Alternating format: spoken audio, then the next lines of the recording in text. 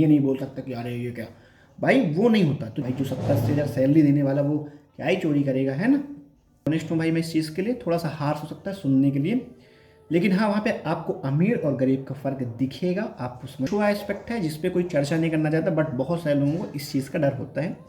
वो है अपने लुक्स के ऊपर, अपने कपड़ों के ऊपर, अपने बोलने की स्किल के ऊपर। भाई फिर मेलोडी लगता है ख़त्म हो गया है ना, तो पल्स ऑफर कर दी। रखिए उन चीज़ों का कोई भी बेस्ट आंसर नहीं होता, हर हाइपोथेटिकल सिचुएशन का हर आंसर सही होता है। बस बात याद रखना, हम पूछते वही जो हमें आता है, ठीक है। तो हेलो एवरीवन, कैसे हैं आप सभी। तो आज इस वीडियो में हम बात करने वाले हैं 28 जनवरी को हुए इंटरव्यू के बारे में, आरआरबी पीओ का जो था, है ना। जैसे आप सभी पता है कि C21 बिजनेस पार्क में इंदौर में एमपी के जो आरआरबी का हेडक्वार्टर है वहाँ इंटरव्यू था, ठीक है। उस दिन मैं वहाँ पे था। मैंने फर्स्ट शिफ्ट का भी हाफ इंटरव्यू देखा हुआ है, मैंने सेकंड शिफ्ट पूरी अपने आंखों के सामने देखी हुई है ना। तो हम उसे भी डिस्कस करने वाले हैं कि क्या क्वेश्चंस पूछे गए थे, क्वेश्चन के पैटर्न क्या थे, ईवी ड्यूरेशन क्या थी, जितनी भी सारी चीज़ें वहाँ पे हुई हम सब कुछ एकदम ब्रीफ में डिस्कस करेंगे, ताकि जिनका इंटरव्यू है उनको हेल्प हो जाए और आपको क्वेश्चंस का भी ऐड हो जाए कि किस टाइप के क्वेश्चन पूछे जा रहे हैं, कहाँ से क्वेश्चंस पूछे जा रहे हैं, कितना टाइम चल रहा है आपका इंटरव्यू, है ना, पैनल मेंबर्स कैसे हैं, कितने पैनल से, हम सारी चीज़ों को डिस्कस करने वाले हैं। तो अगर आपका भी आरआरबी पीओ का इंटरव्यू है तो आप तो बिल्कुल देखना ये चीज़ें, आपको शायद इससे हेल्प हो जाएगी। और अगर आपका इंटरव्यू नहीं भी है तो भी आप देखो कि एक्चुअली में इंटरव्यू में चीज़ें पूछी कैसे जाती हैं, क्योंकि कई सारी चीज़ें हैं। मैं तो खुद वहाँ पे था तो मैंने ये चीज़ फेस की। मैंने अप्रॉक्सीमेट 40 से 50 एस्पिरेंट्स से भाई बात की, इसमें से कई तो ऑलरेडी सिलेक्टेड है क्लरिकल पोस्ट पे, इवन एक तो उसी हेडक्वार्टर में पोस्टेड है एज अ क्लर्क, वो एज अ पीओ अपग्रेड करने के लिए इंटरव्यू के लिए आए हुए थे, है ना। उनसे ही मेरी बात हुई।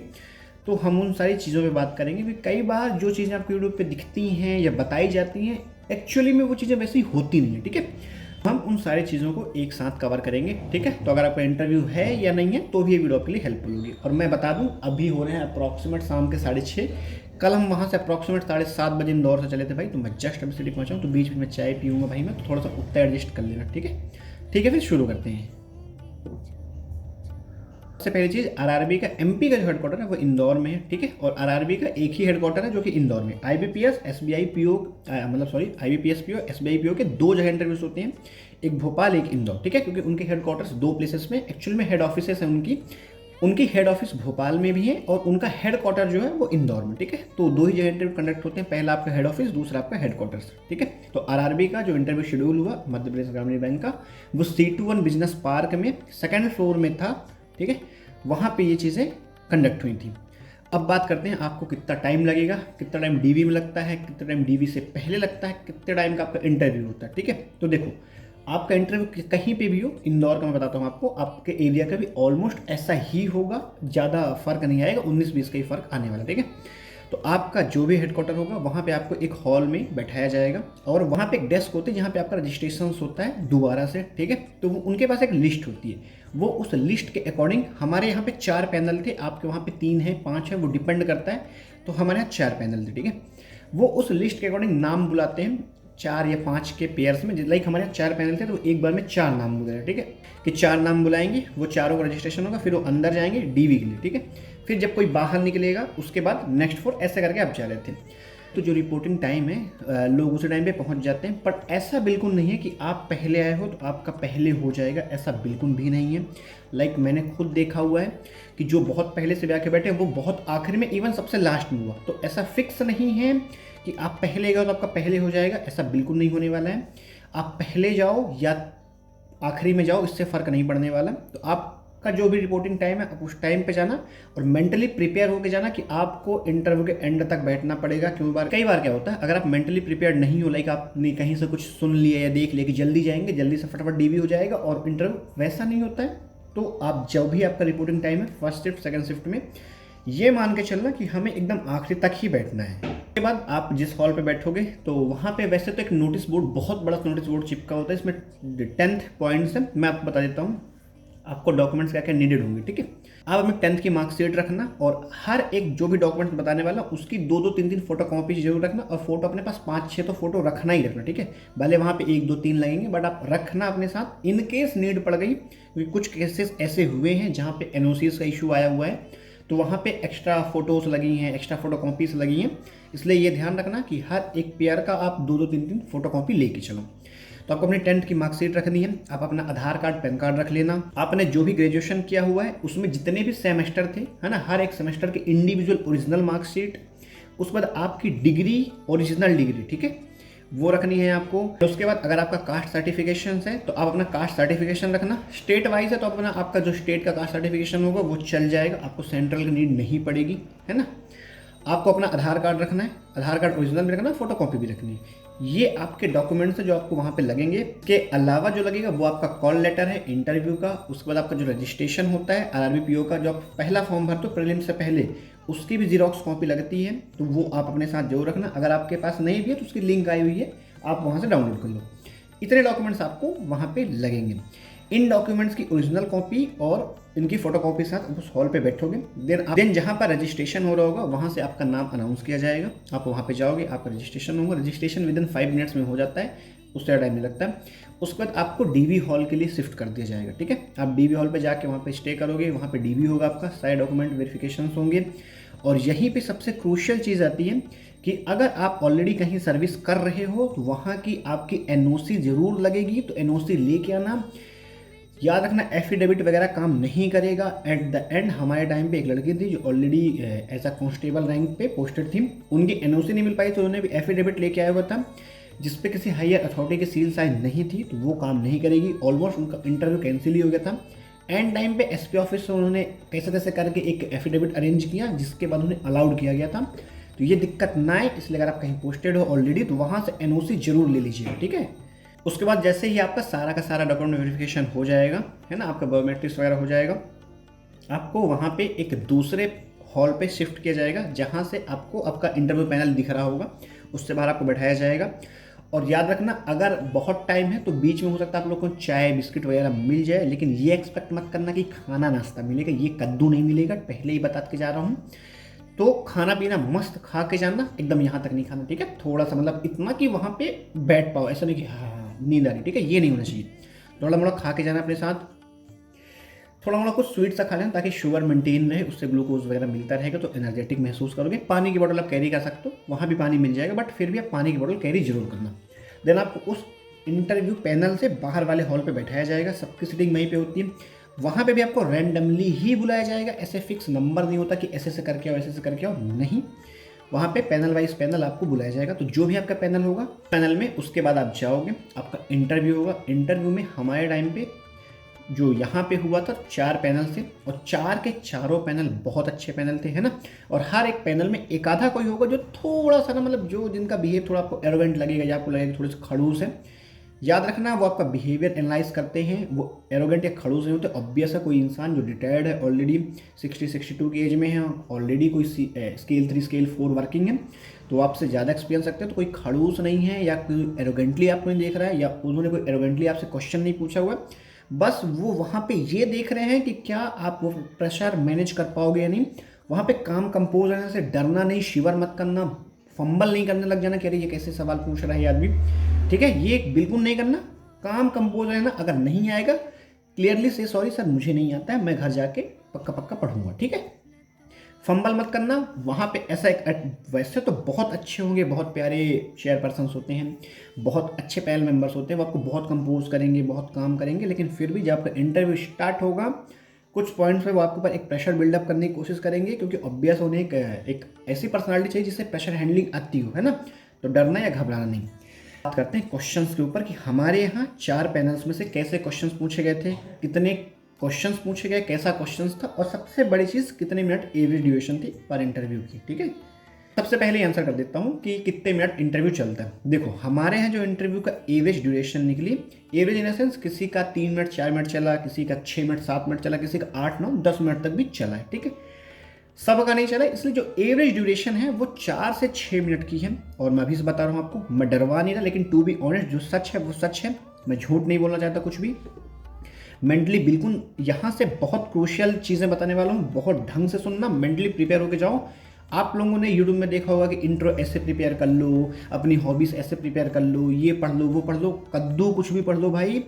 मैं बता रहा हूँ एक्सपीरियंस भी यहाँ पे, मैंने वहाँ 50 लोगों से बात की हुई, इसमें से 20-22 लोगों से तो इंट्रो पूछा भी नहीं है, ठीक है, कि इंट्रो बताओ ना, सीधे आओ बैठो इवन उन्होंने क्वेश्चंस भी खुद से नहीं दिए, उन्होंने बोला कि आप क्या जानते हो आरआरबी के बारे में वही बता दो, है ना। तो थोड़ा सा मेंटली प्रिपेयर होकर जाना कि भाई अगर ऐसा कोई क्वेश्चन आ जाए जहाँ पे डायरेक्टली आपसे ही बोल दिया जाए कि बताओ, तो थोड़ा सा पढ़ वढ़ के कुछ आप कहीं से भी शुरुआत कर देना, बाकी वो क्रॉस क्वेश्चनिंग में कवर अप कर लेते हैं। तो ये ध्यान रखना, ये बिल्कुल मत करके जाना कि बहुत अच्छा अपने इंट्रो तैयार कर रखा है लेकिन आप इसलिए ही रेडी नहीं हो कि सामने वाले ने इंट्रो नहीं पूछा आपसे। तो ये ध्यान रखना, इंट्रो वगैरह रेडी करके रखो, पर ये मत हो जाना डिपेंडेंट कि बिल्कुल इंट्रो पूछा जाएगा कि hello sir my name is this फलाना नेम का। कई लोगों से नहीं पूछा, कईयों को उसी पे दिमाग खराब था, ठीक है।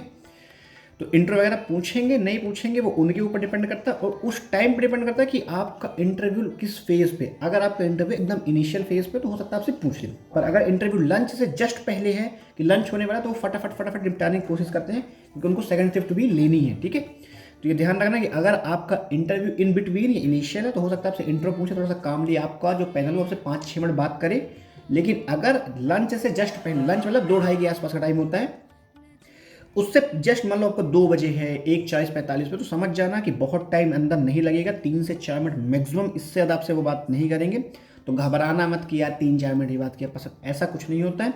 वो आपसे 2 मिनट ही बात करेंगे, इनफ है, मोर देन सफिशियंट है, क्योंकि वो एक सिर्फ पर्सनालिटी टेस्ट ले रहे हैं, आपका नॉलेज टेस्ट नहीं कर रहे हैं। वो उनको भी आइडिया बच्चा रट बटू के आया होगा, एसएलआर सब रट के आया होगा, ये वो सिर्फ ये देख रहे हैं कि आप कैसी पर्सनालिटी हो, कैसे आप रिप्रेजेंट कर रहे हो खुद को, ठीक है। इस चीज़ का बिल्कुल ध्यान रखना। उसके बाद अब बात करते हैं पैनल मेंबर्स के क्वेश्चंस की। तो देखो क्वेश्चंस वो आपका एजुकेशन बैकग्राउंड से पूछेंगे। अगर आप कॉमर्स के एस्पिरेंट रहे हो तो थोड़ा सा अकाउंट्स वगैरह के बारे में पढ़ के जाना, बहुत डीप नहीं बट एक हल्का फुल्का नॉलेज रखना कि अगर वो पूछ दे तो आपको आइडिया हो। उसके अलावा आप किसी भी बैकग्राउंड से हैं, कोई भी स्ट्रीम आपकी, कोई specific stream like computer science वगैरह हो गया, एमटेक बीटेक किया हुआ है आपने, डेफिनेट आपसे क्वेश्चन वहाँ से पूछा जा सकता है। बिल्कुल प्रिपेयर रहना इस चीज़ के लिए। और कोई ये मत सोचना कि मैंने बस देख लिया हो जाएगा, नहीं, थोड़ा सा अपना जो भी आपने पढ़ा हुआ कॉलेज टाइम पे वो पढ़ लीजिएगा। उसके बाद आपकी फैमिली से क्वेश्चन उठते हैं वो कि आपके फादर क्या करते हैं, आपकी मदर क्या करती हैं। अगर आपके फादर कोई बिजनेस है या आपके किसान वगैरह हैं तो आपसे उससे भी क्वेश्चंस पूछ सकते हैं कि आपके फादर कोई लाइक मान लो किसी का वुडन का बिजनेस है, ठीक है, कोई वुड का बिजनेस करता है तो उसी से कि भाई कौन सी वुड कैसे कहाँ से एक्सपोर्ट करते हो, क्या बनाते हो, ठीक है, हल्का फुल्का, बहुत डीप में नहीं जाते बट पूछ सकते हैं। कोई किसी के पिता किसान है अगर, तो वो याद रखना वो आपसे फसलों के बारे में पूछ देंगे, किस सीज़न में कौन सी फसल बोई जाती है। लाइक अभी गेहूं का सीज़न चल रहा है, पानी वगैरह लग रहे हैं ना, तो याद रखना। और याद रखना वो ऐसे ठंडी गर्मी बरसात नहीं पूछेंगे, रबी खरीफ की फसल करके पूछेंगे, तो थोड़ा सा पढ़ के जाइएगा। उसके अलावा वो आपसे अगर आपके बीच में गैप रहा है 3-4 साल का, तो आपसे गैप पे क्वेश्चन कि इतना टाइम क्यों लग गया, क्या आप कैपेबल नहीं है, थोड़ा सा आपका मोरल ऐसे तोड़ने वाली कोशिश करेंगे, पर वहाँ पर को डरना नहीं है, जो जेन्युइन आंसर हो वो देना। पॉलिटिकल इंक्लाइन क्वेश्चन भी कुछ आते हैं कि लाइक मिनिस्टर कौन है, एजुकेशन पॉलिसी क्या थी, आरबीआई की गाइडलाइंस आ गई तो भी पूछा जा सकता है।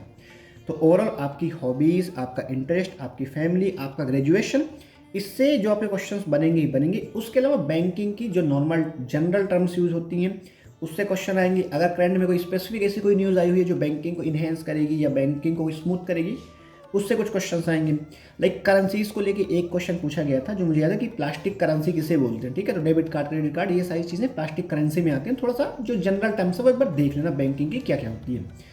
लाइक इस टाइम पे आप देखोगे अगर, तो हमारे पास ई करेंसीज के ऑप्शंस भी आ गए हैं, थोड़ा सा वो गो थ्रू करके जाना, ठीक है। यही वो टॉपिक्स थे जिससे क्वेश्चंस पूछे जाते हैं। ऐसे आउट ऑफ द कॉन्टेक्स्ट कुछ नहीं पूछा गया कि जो आपको आए ना। ओवरऑल कहूँ मैं तो जो भी क्वेश्चन आपसे पूछा जाएगा, लाइक आपसे 10 क्वेश्चन पूछे गए तो 7-8 क्वेश्चन बहुत जनरल होंगे, आपकी फैमिली से, आपकी हॉबीज से, आपके एजुकेशन बैकग्राउंड से, आपकी बेसिक बैंकिंग से, जो आपको बन ही जाएंगे। और एक आधा क्वेश्चन हो सकता है थोड़ा सा डीप डाउन वाला पूछ दिया जाए। अगर आपको आता है तो ही आंसर करना, गैस वर्क मत करना, तुक्का उक्का मत मानना, झूठ बिल्कुल नहीं बोलना। अगर नहीं आता तो क्लियरली से सॉरी सर मुझे नहीं आता है, ठीक है। ये तो करना भी मत बता रहा हूँ मैं कि झूठ बोलना शुरू कर दो, वो इंस्टेंट पकड़ लेंगे। क्योंकि एक बात याद रखना, हम पूछते वही जो हमें आता है, ठीक है।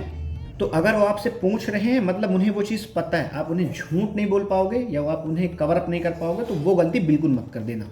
तो आपके जो क्वेश्चंस बनेंगे वो इसी के आसपास से बनेंगे। आपके एजुकेशन हो गए, आपकी फैमिली हो गई, आपकी हॉबीज़, आपका इंटरेस्ट, कोई आरबीआई की या बैंकिंग कोई स्पेसिफिक कोई न्यूज़ हुई, तो थोड़ा पॉलिटिकल क्वेश्चंस भी आ जाते हैं, किसी मिनिस्टर का नाम पूछ लिया, एजुकेशन पॉलिसी के बारे में कुछ पूछ लिया, तो ठीक है। या अगर आप कहीं वर्किंग हो तो आपके जो जिस जगह पे आप वर्किंग हो उससे भी एक आधा क्वेश्चन डेफिनेट पूछे जाएंगे। तो अगर आप वर्किंग एस्पिरेंट हो तो अपना थोड़ा सा जो भी आप वर्क कर रहे हो, अगर ट्यूशन ट्यूटर हो, प्राइवेट जॉब करते हो, कहीं गवर्नमेंट जॉब करते हो, उसका पढ़ के जाना। लाइक जो मैंने देखा, अगर मैं ट्यूशन पढ़ा रहा है तो उससे पूछ दिया गया था कितने बच्चे पढ़ाते हो, वो तो ज़्यादा बेटर है, फिर इस पर क्यों आ रहे हो, उसमें तो फ्लेक्सिबिलिटी है, थोड़ा सा रेडी रहना इन क्वेश्चन के लिए। ट्रिकी होते हैं बट चलते हैं। इसके अलावा एक जो एक्स्ट्रा ऑर्डनरी क्वेश्चन होता है वो होता है हाइपोथेटिकल क्वेश्चन, जिसे हम बोलते हैं कि वो आपको 2-3 सिनेरियो क्रिएट करके दे देंगे, देन आपको बोलेंगे आप बताओ इसमें से क्या बेस्ट होगा। याद रखिए उन चीज़ों में कोई भी बेस्ट आंसर नहीं होता, हर हाइपोथेटिकल सिचुएशन का हर आंसर सही होता है, बस डिपेंड करता है वो आपकी अंडरस्टैंडिंग के ऊपर कि आप किस चीज़ को कैसे पिक करते हो। तो हाइपोथेटिकल क्वेश्चंस में घबरा मत जाना कि इसका सटीक आंसर, ऐसा उसका कोई एक तो आंसर नहीं होता है। बस वो ये देखना चाह रहे हैं कि आपका जो माइंड ऑफ प्रेजेंस है ना, बस वो ये देखना चाह रहे हैं जो प्रेजेंस ऑफ माइंड है वो कितना अच्छा है, कैसे आप डिसीजन है, आपकी डिसीजन मेकिंग पावर कैसी, आप क्या कैसे चूज करते हो, है ना। तो जो भी आंसर करोगे हाइपोथेटिकल सिचुएशंस का वो आंसर सही ही होता है। बस थोड़ा सा जब वो क्वेश्चंस बोल रहे हो तो ठीक से सुनना कि उन्होंने बोला क्या है और ढंग से इंटरप्रेट करके उसका आंसर कर देना। टाइम देते हुए आपको ऐसा नहीं होता कि क्वेश्चन मैंने बोला फट से आंसर, नहीं, आप उनका क्वेश्चन सुनो, 5-7 सेकंड लो, अपना क्वेश्चन का आंसर फ्रेम करो, देन आराम से आप आंसर करो। अगर आप फंबल करते हो, आप डरते हो, वो आपको खुद बहुत कंपोज करते हैं कि बेटा कोई बात नहीं, ठीक है, नहीं आता कोई बात नहीं, हम नेक्स्ट क्वेश्चन पे मूव करते हैं, कोई बात नहीं, हो गया। आप स्टक करते हो, आपको पानी ऑफर करते हैं, तो परेशान नहीं होना। मेंबर बहुत सपोर्टिव होते हैं, बहुत अच्छे होते हैं, चेयरपर्सन्स तो और भी बेहतर होते हैं, वो आपके दुश्मन नहीं है, बस आपको आपकी वो मैक्सिमम पर्सनालिटी देखना चाहते हैं, इसलिए वो आपसे थोड़ा सा ट्रिकी क्वेश्चंस पूछते हैं, तो घबराना मत। और एक सबसे अच्छी चीज़ ये होती है जो हमारे साथ होती है कि हर एक इंटरव्यू के बाद हर एक एस्पिरेंट को एक टॉफी ऑफर की गई थी। तो पहले तो मेलोडी दी जा रही थी भाई, फिर मेलोडी लगता है ख़त्म हो गया है ना, तो पल्स ऑफर कर दी गई थी, ठीक है।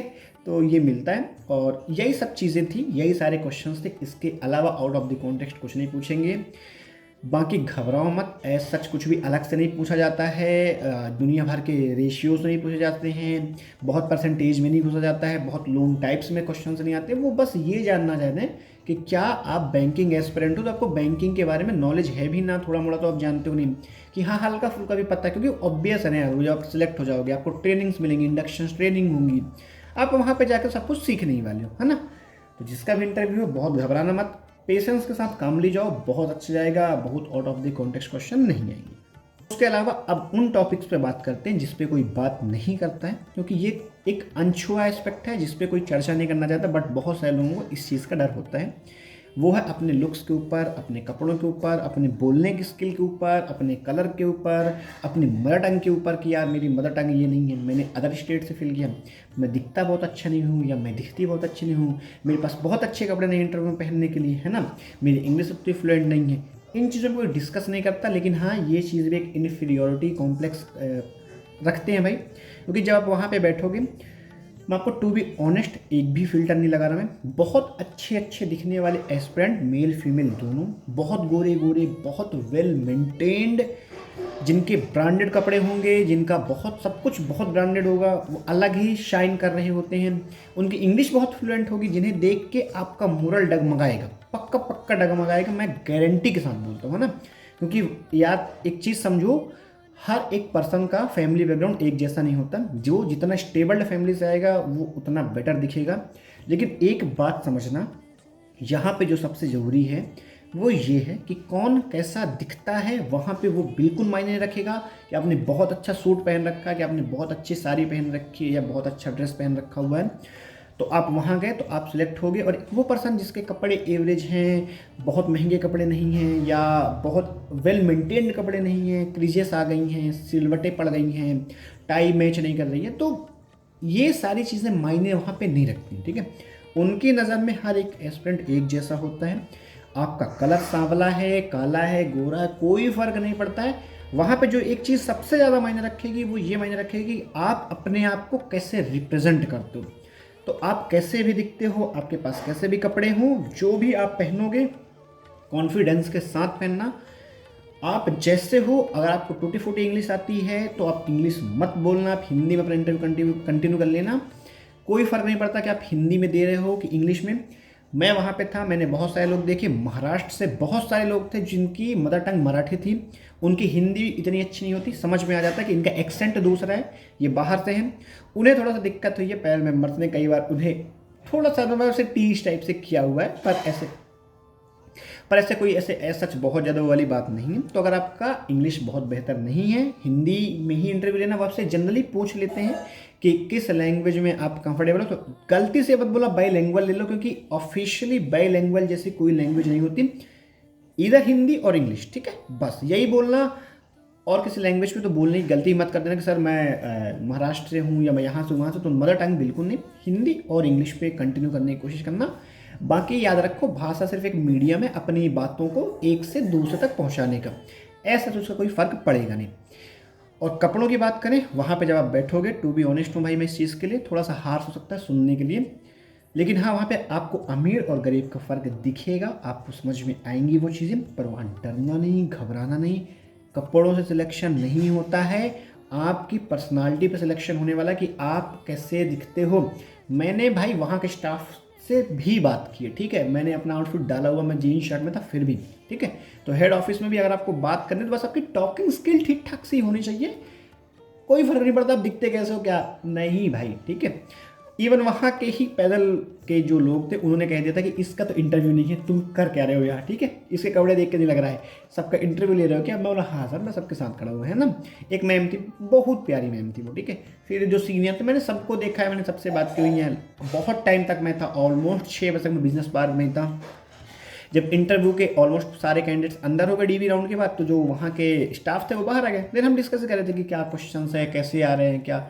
सब बहुत सपोर्टिव होते हैं, बहुत कैजुअली बात करते हैं, बहुत हम्बल लोग होते हैं, क्योंकि वो सारी चीज़ें वो फेस करके गए हुए हैं। बहुत घबराना मत, लुक्स तो बिल्कुल मैटर नहीं करेंगे, बस सच बहुत परेशान नहीं होना। बस हाँ अपने, अगर आप लड़के हो तो थोड़ा सा हेयर ट्रिम कर लेना, बियर्ड पूरी क्लीन शेव कर पाओ तो क्लीन शेव कर लेना। और ऐसे बहुत परेशान मत होना कि मेरे पास ब्लैक ब्लेजर नहीं है, कोट नहीं हो, तो मैं क्या करूँ, नॉर्मल आप शर्ट पैंट फॉर्मल शूज़ है ना, और टाई लगा के भी जा सकते हो। अगर आप फीमेल है, बहुत ऐसे हेजिटेट मत होना कि बहुत अच्छी साड़ी चाहिए, नहीं, आप कैजुअल साड़ी के साथ जिसपे लेस पैटर्न बने हो, सिंपल सी प्लेन सी साड़ी हो उसमें जा सकती है। कोई ऐसा सूट हो प्लेन सा, आप उस पर भी जा सकती हो। फॉर्मल सी जूती कोई भी चल जाएगी, लड़कों के लिए भी सेम है, फॉर्मल शूज़ आप कोई भी पहन लेना। जनरली ब्लैक कलर प्रीफर करते हैं, और सॉक्स वगैरह कुछ भी चलेगा, बस वेल मेंटेन। हाँ हाथ में घड़ी वगैरह मत पहनना, पहले बता रहा हूँ, चाहे वो मेल हो चाहे वो फीमेल हो, हाथ से घड़ी उतार देना, ठीक है। गले वगैरह में अगर आपने कुछ पहना है वो उतार देना। अगर आपने कोई लॉकेट तवीज पहनी हुई है या कुछ रक्षा सूत्र बांधा हो वो चलेगा। ऐसा एक्स्ट्रा जिसे हम एसेसरीज कहते हैं, अगर वो आप पे है तो आप हटा देना। सेम एज फीमेल के लिए भी, अगर आपने बहुत कुछ वेयर किया हुआ तो अगर आप मेरिड हैं तो एक दो चूड़ियाँ डाल सकती हैं आप जनरली, और कुछ मत वेयर कीजिएगा।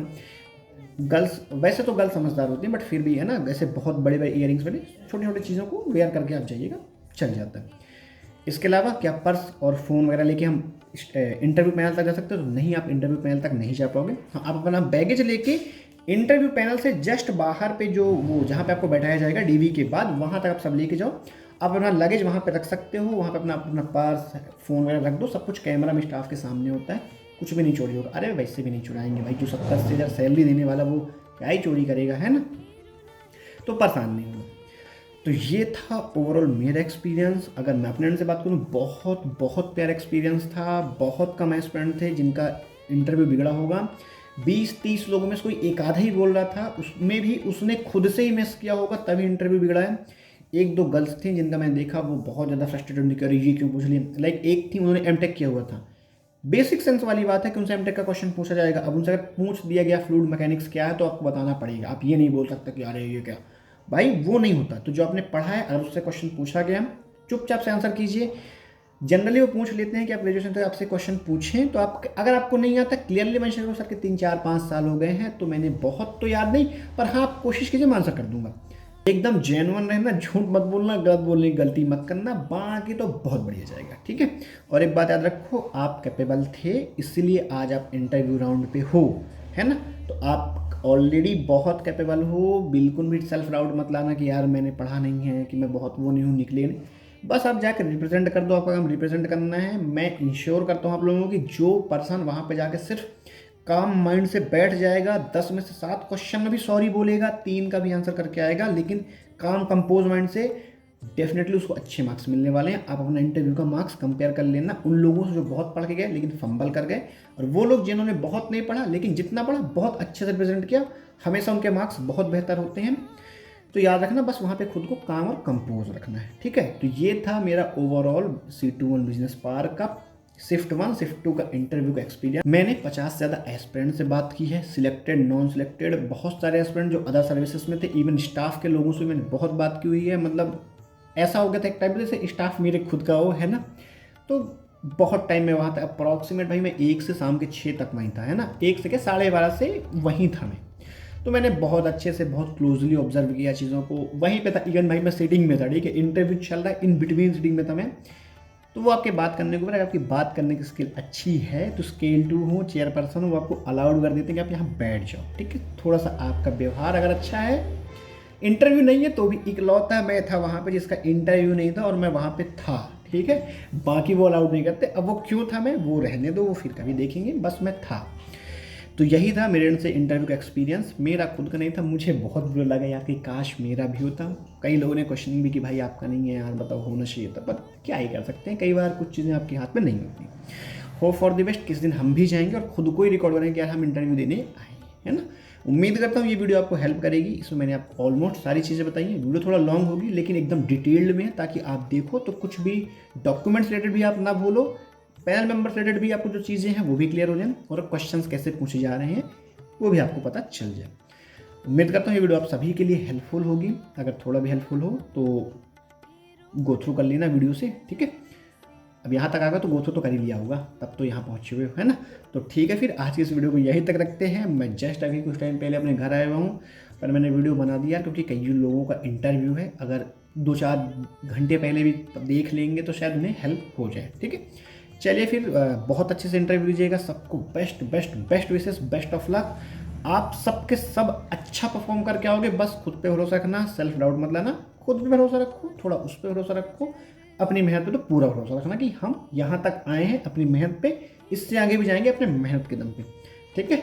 तो इसी नोट के साथ वीडियो को यहीं पे एंड करते हैं। सबको बेस्ट बेस्ट बेस्ट विशेस, बहुत अच्छे से इंटरव्यू देना। होप करता हूँ दोबारा आपको लाइफ में इसके अलावा कभी भी इंटरव्यू ना देना पड़े। जब भी इंटरव्यू दो तो अपनी जॉब को हायर लेवल पे स्विच करने के लिए ही देना, ठीक है। चलिए फिर मिलते हैं किसी और दिन किसी और वीडियो पे।